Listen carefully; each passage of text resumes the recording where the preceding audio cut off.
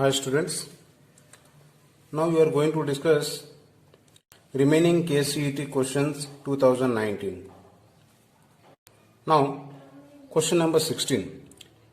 In Rutherford experiment for head-on collision of alpha particle with a gold nuclei, the impact parameter is. Let us see what is impact parameter. Suppose say this is the nuclei. Say this as the line which is passing through the center of the nuclei. Let us say alpha particle is projected. This alpha particle direction is like this. Its direction is like this. As we know that alpha particle is a positive in charge, this is also positive. When the alpha particle approaches nearer to that of the nuclei, it will repel in this way.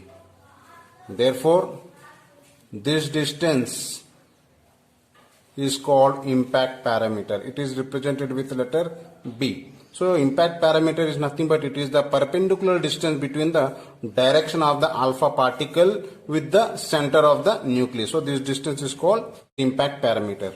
So, for head-on collision means the alpha particle has to come like this to bombard it, and again it retrace back.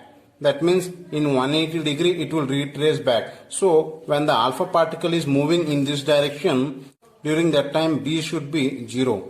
So impact parameter for this is 0, we can say. Now the 17th question.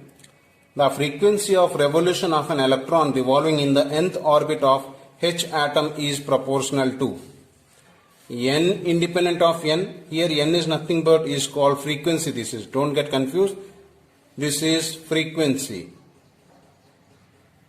and this is the nth orbit.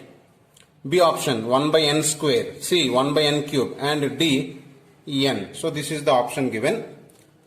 So as we know that we have derived in a atom chapter, the expression for a radius, nth radius is equals to epsilon naught n square h square n square by pi m z e square. We know this very well.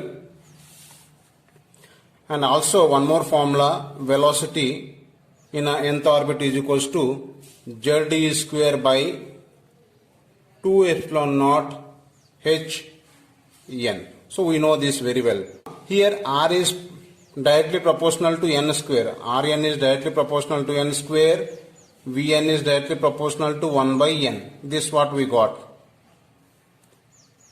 We know that Vn is equals to 2 pi Rn by t. Velocity is equal to distance by time. This distance is to make one complete round. Electron will make one complete revolution. So for that the formula is this one. Therefore, from this T is equals to, I can write 2 pi Rn by Vn. This implies that T is proportional to Rn by Vn.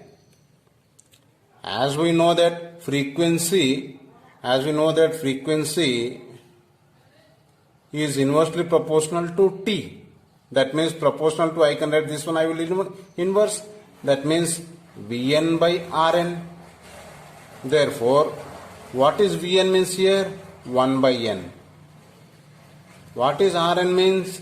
n square. This implies that this will come down 1 by n cube. Therefore, the frequency is inversely proportional to 1 by n cube. So, third option is correct. Now question number 18. A hydrogen atom in a ground state absorbs 10.2 eV of energy. The orbital angular momentum of an electron is increased by. As we know that energy formula, nth energy formula 13.6 by n square eV, electron volt. As we know this formula. This is the general formula. And here he has given as delta E, that is absorb energy. So increase in energy this much given, that is 10.2 electron volt. This is the energy given. This is the energy given. If I put first, if I write the for a energy for a first orbit, then I can write 13.6 by 1 square, that is equals to how much? 13.6 eV. Similarly, if I write for second orbit, then 13.6 by 2 square, then if I calculate this I will get it as a 3.4 eV. This much I am getting. So therefore, if I take delta E is equals to E2 minus E1, therefore E2 means how much? This is minus we have to take. Here minus, general formula will be minus. So these answers will be also in minus. Therefore minus 3.4 EV minus 13.6 EV. That is, I am getting this minus of minus here. Minus I am doing minus of minus. Therefore, I am getting here minus 3.4 EV plus 13.6 EV. Therefore, on calculating, I am getting how much? 10.2 EV. So, delta E is equals to E2 minus E1. After solving, we are getting delta E is equals to 10.2 EV. That means this is the value already he has given here. This is the value already given. So that much we are getting. This means the electron is moved from E1 to E2. That means one state to second state. Therefore, the increase in angular momentum can be given as delta L is equals to L2 minus L1.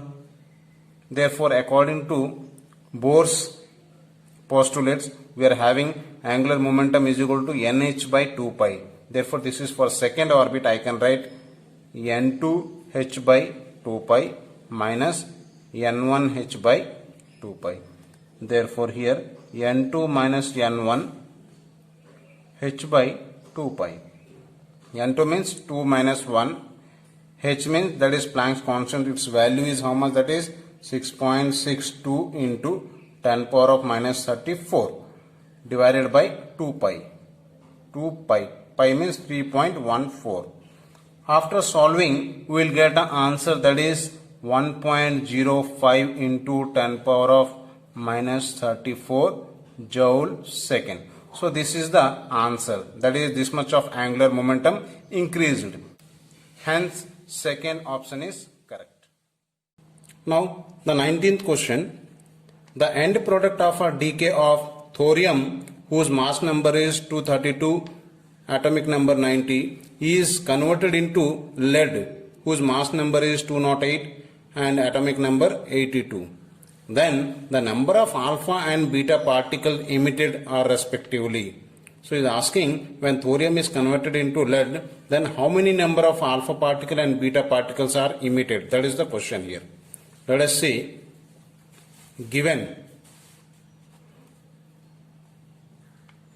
thorium, whose mass number is 232, atomic number 90, is converted into lead, whose mass number 208, atomic number 82. Then he is telling that according to this, how many alpha and beta particles are emitted. Let us say this is alpha and this is beta. How many are emitted? We don't know. Let us say I will take here X number of alpha particle and Y number of beta particles are emitted. Therefore, thorium 90 232 is converted into lead 208 82 plus X. What is alpha means here? Helium. Helium means 2, 4, whose mass number is 4, atomic number is 2. And what is beta here? Beta is nothing but electron. That is, whose mass number is 0 and it is minus 1. Charge is of minus 1. Therefore, equating mass number. If we equate mass number, what is here? 232 is equals to 208 plus X number of 4 plus here this is Y number of 0. So mass number I have taken. So from this 232 is equals to 208 plus x4. Therefore, 4x is equals to, it will come this side, 232 minus 208.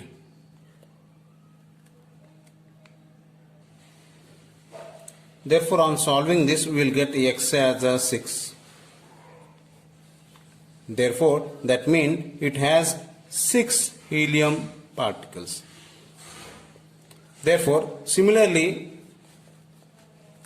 on equating atomic number, we get, see here, 90 is equals to 82 plus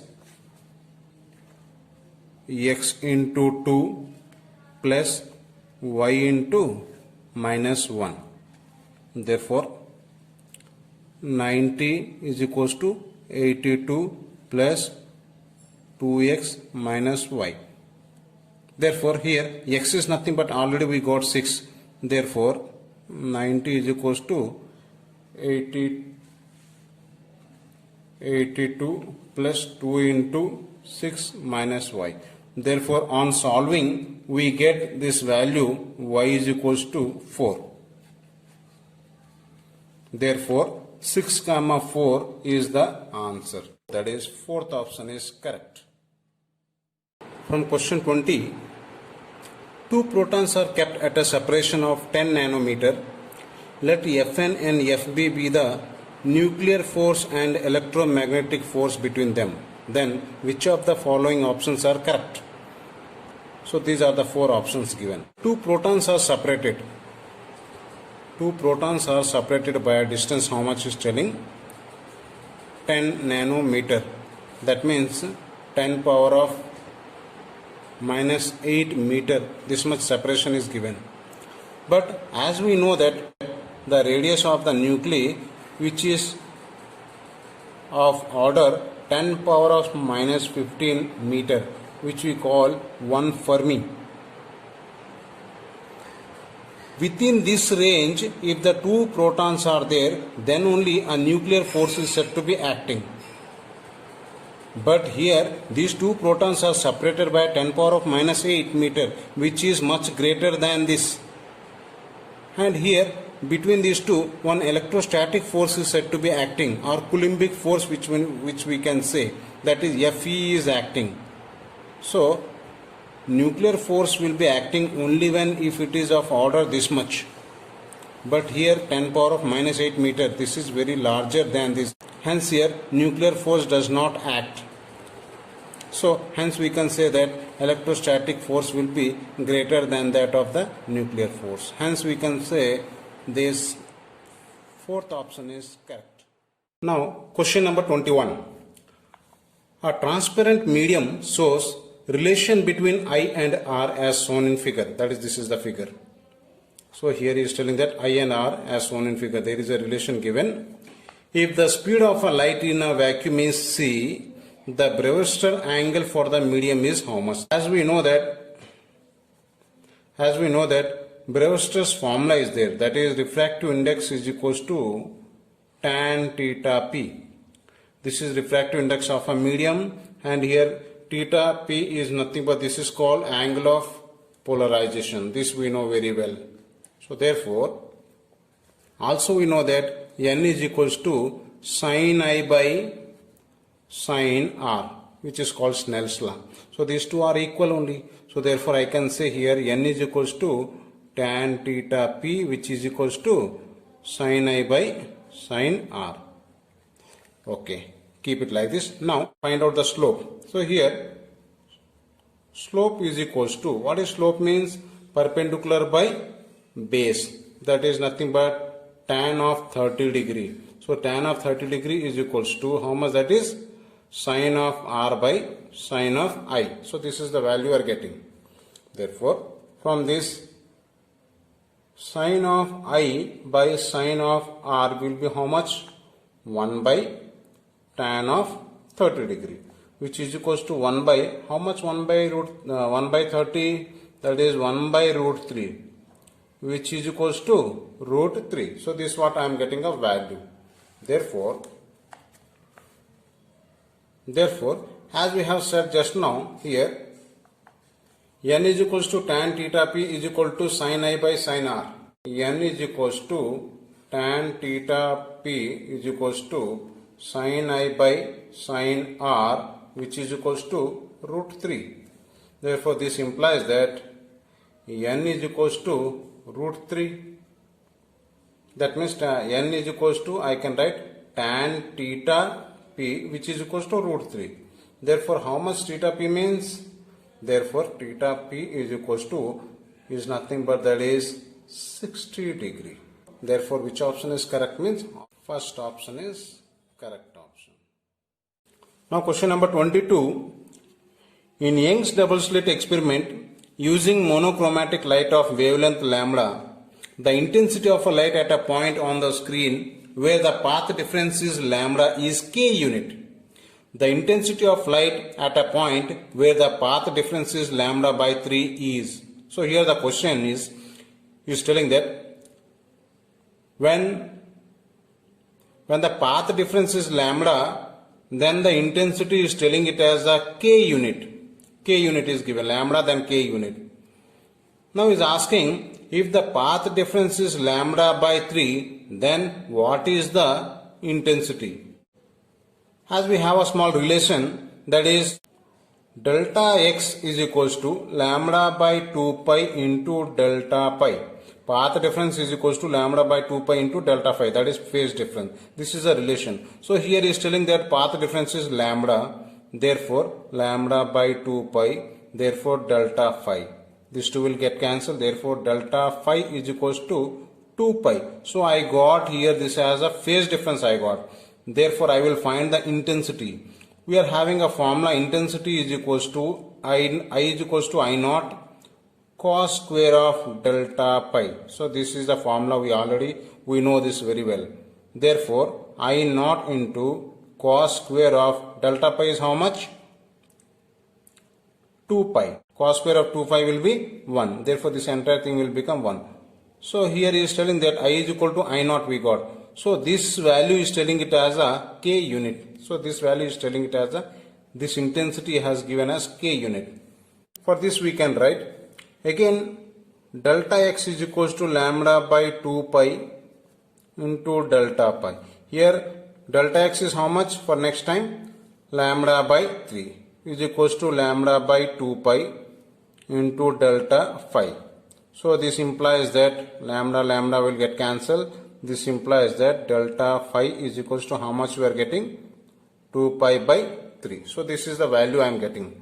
Therefore, again I will take like this intensity equation. I is equals to I naught cos square of delta phi, general formula. Therefore, I naught cos square of delta phi is how much this time? 2 pi by 3. Therefore, here I naught is nothing but how much this one? Already we got I naught is how much? That is k. So I naught we got it as a k. I will substitute this value here. K into cos square of this value is how much? Actually this is 120. So cos square is 120 is how much? Minus 1 by 2. Therefore minus 1 by 2 whole square. So this will become k by 4.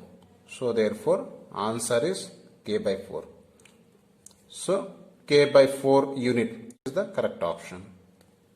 Now the question 23. Due to Doppler effect, the shift in wavelength observed is 0.1 angstrom for a star producing wavelength 6000 angstrom. Velocity of the recession of the star will be. So he has given wavelength shift is given as this much, and the wavelength produced by the star he has given this much, and he is asking what is the velocity of the star he is asking. So we have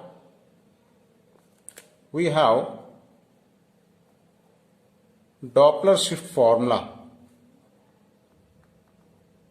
that is delta lambda by lambda is equals to V by C, where delta lambda is called shift in wavelength, where lambda is called this one, that is star producing a wavelength, that is this one is given, and where v is called velocity of the star, which we have to calculate, and c is nothing but is velocity of light. So from this we can write v is equals to c into delta lambda by lambda. We can write, we can cross multiply here.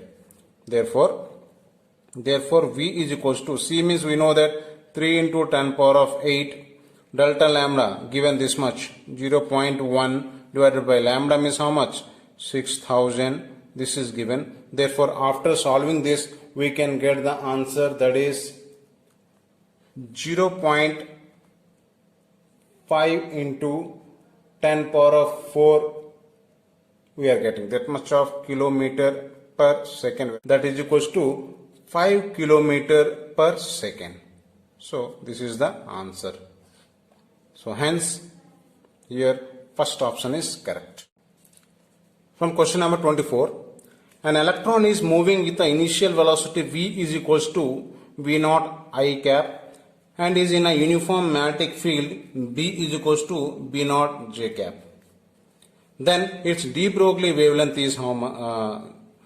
Then its de Broglie wavelength is decrease with time, remains constant, increase and decreases periodically, or increases with time. So these are the options given. So here we know that if the electron enters into a magnetic field, it will make a circular path.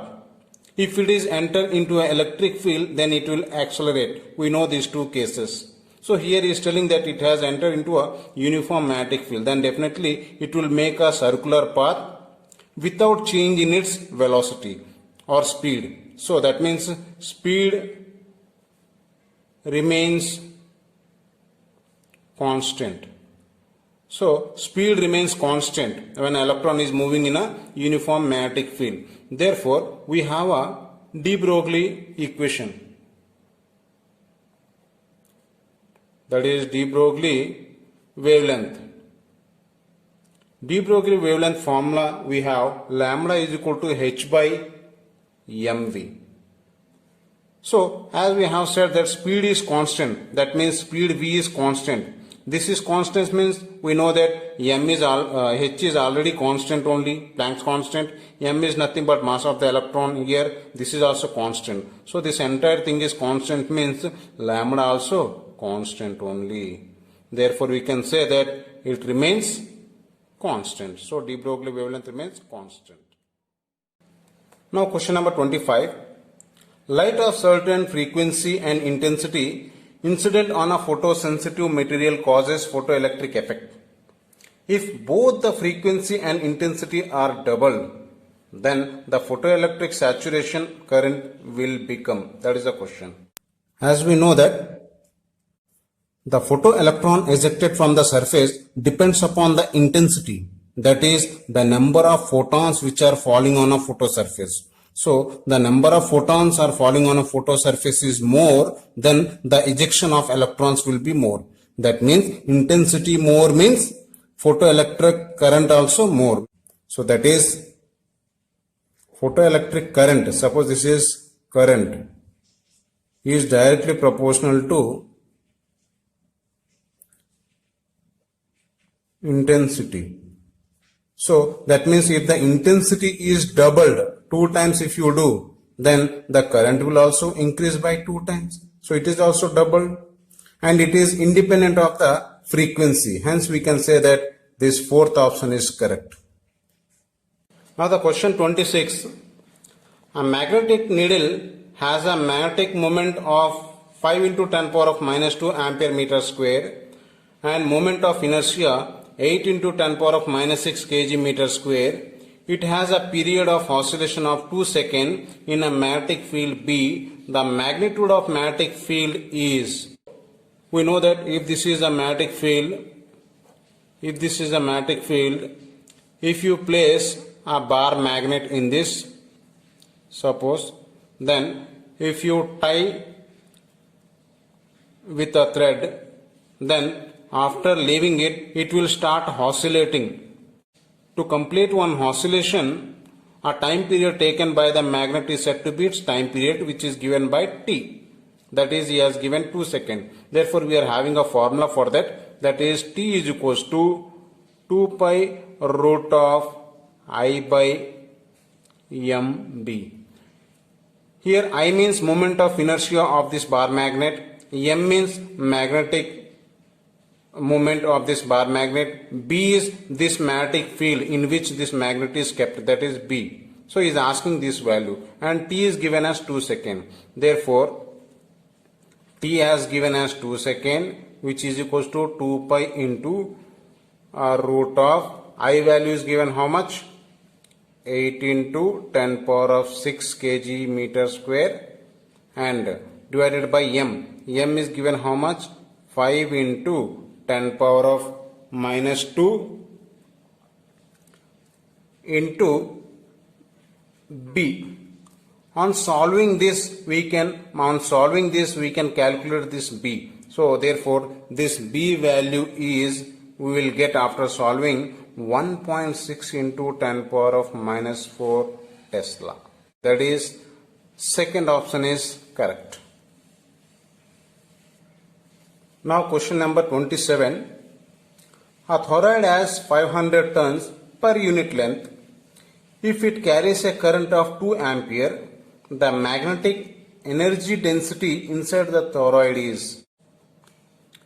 As we know that the magnetic field inside the solenoid as well as the toroid is same. We have derived that. That is, B is equals to mu naught Ni, where B is called magnetic field inside the toroid or solenoid, mu naught, and N is nothing but number of turns per unit length, where I is nothing but the amount of current which is passing through the toroid or solenoid. So this is the general formula we have. And also he is asking to find energy density. So energy density, that is magnetic energy density formula is there, that is U naught is equals to B square by 2 mu naught, B square by 2 mu naught. So here B means nothing but this value I can substitute here, mu naught Ni whole square divided by 2 into mu naught. Therefore U naught is equals to mu naught square N square I square by 2 mu naught. Mu naught get cancelled. Therefore mu naught N square I square by 2. Therefore substitute these values here. What is mu naught value? 4 pi into 10 power of minus 7, constant value. And what is N here? Number of turns per unit length, that is 500 given here. What is I here? I means given 2 ampere, that is 2 whole square divided by 2. Therefore after solving this we will get 0.628 joule per meter cube. So after solving we will get this as the answer. That is, second option is correct. Now question number 28. Consider the situation given in a figure. The wire AB is slid on the fixed rail. AB, this is A and this is B. The wire AB is slides on the fixed rail with a constant velocity. If the wire AB is replaced by the semicircular wire, the magnitude of the induced current will be. So here, as we know that according to Faraday's law, if the loop is moving in a changing magnetic field, or if the area of the loop is changed in a magnetic field, during this case we know that an induced EMF is said to be developed. So here also, when AB is sliding this side with a velocity V, then the area of this is changing. That is, the area linked with the magnetic field, this magnetic field inside, that is changing. Then an induced EMF is said to be developed across AB, because of which an induced current is said to be produced here. That induced current formula, I is equals to E induced by R. E induced is nothing but induced EMF developed across AB. R is nothing but resistance of this AB. Therefore, as we also know that induced EMF formula BLV by R. So induced EMF formula is how, what is that? That is BLV, where B means magnetic field inside, L means length of this AB rod, and V is nothing but velocity with which it is moving. So here if you see, current is depends upon the BLVR. These are the parameters. So in this case it is depends upon only length and resistance. Whether it may be straight or whether it may be semicircle, whatever it may be, current does not depends upon the shape of the wire. Hence the induced current remains same. So fourth option is correct. Now the question number 29. The frequency of AC is 50 Hz. What is the minimum time taken by the current to reach its peak value from RMS value? So he is asking what is the minimum time taken by the current to reach from RMS value to peak value. That is he is asking. So suppose if you draw a diagram like this.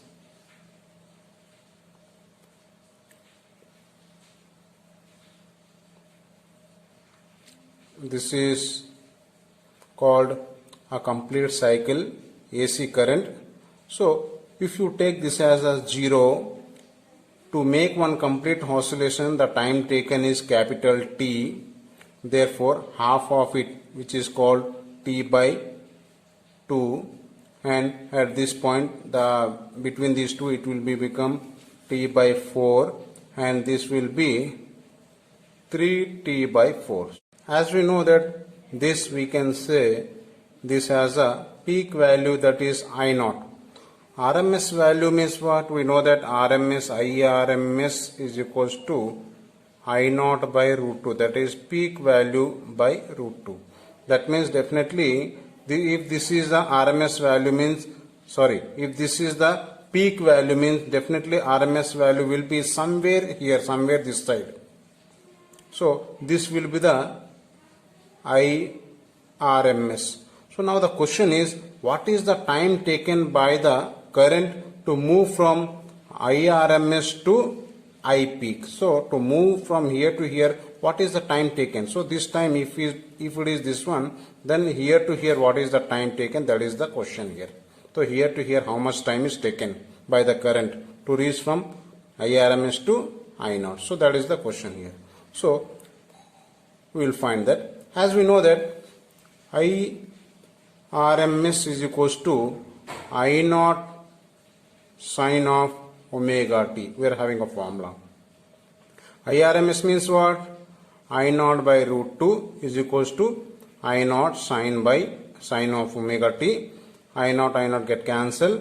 Therefore, sine of omega t is equals to 1 by root 2. Therefore, what is sine of omega t? Sine of omega t is equals to 1 by root 2 means what here? Omega t means pi by 4. This angle will become pi by 4. Therefore, as we know that omega is equals to 2 pi by t.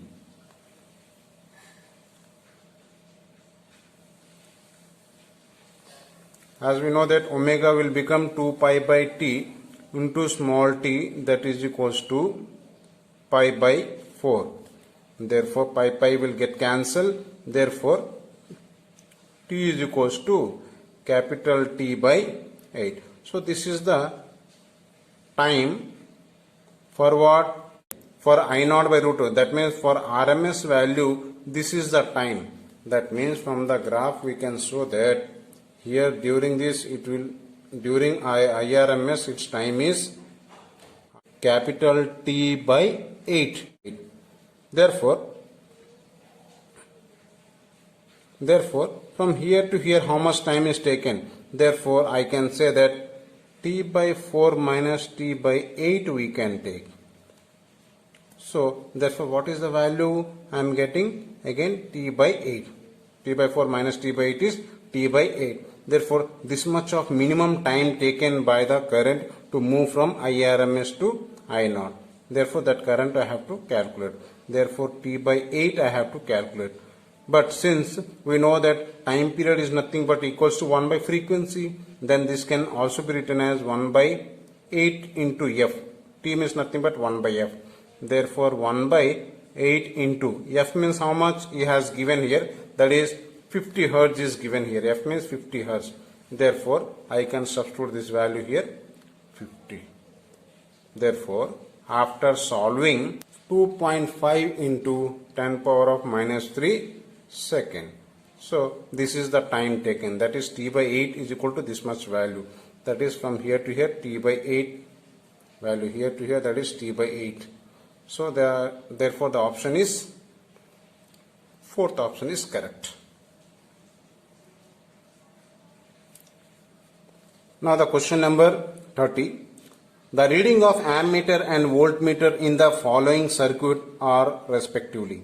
See here, one circuit is given which is called LCR circuit. In this LCR circuit, here given the potential across the inductor is 50 volt and the potential across the capacitor is 50 volt and the resistance is given here and the main source whose frequency is 50 Hz and its voltage is given as 220 volt. Now the question is, what is the current passing through it? That is, what is the value of A?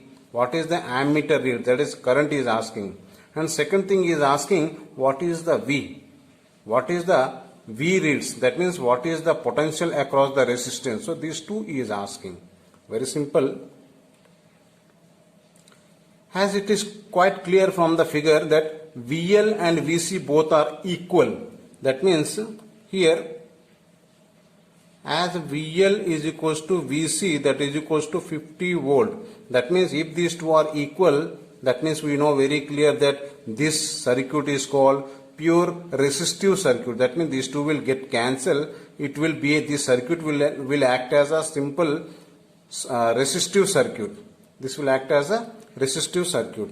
Therefore, the current in this case is equals to, I is equals to V by R. What is V here? What is V here? V means nothing but it is supplied already this much, that is 220. What is R here? R means this value, that is 100. Therefore, we will get 2.2 ampere. So this much of current will read by this ammeter. And also is asking what is the voltage across the V. Therefore, we know that V is equal to general formula Ri.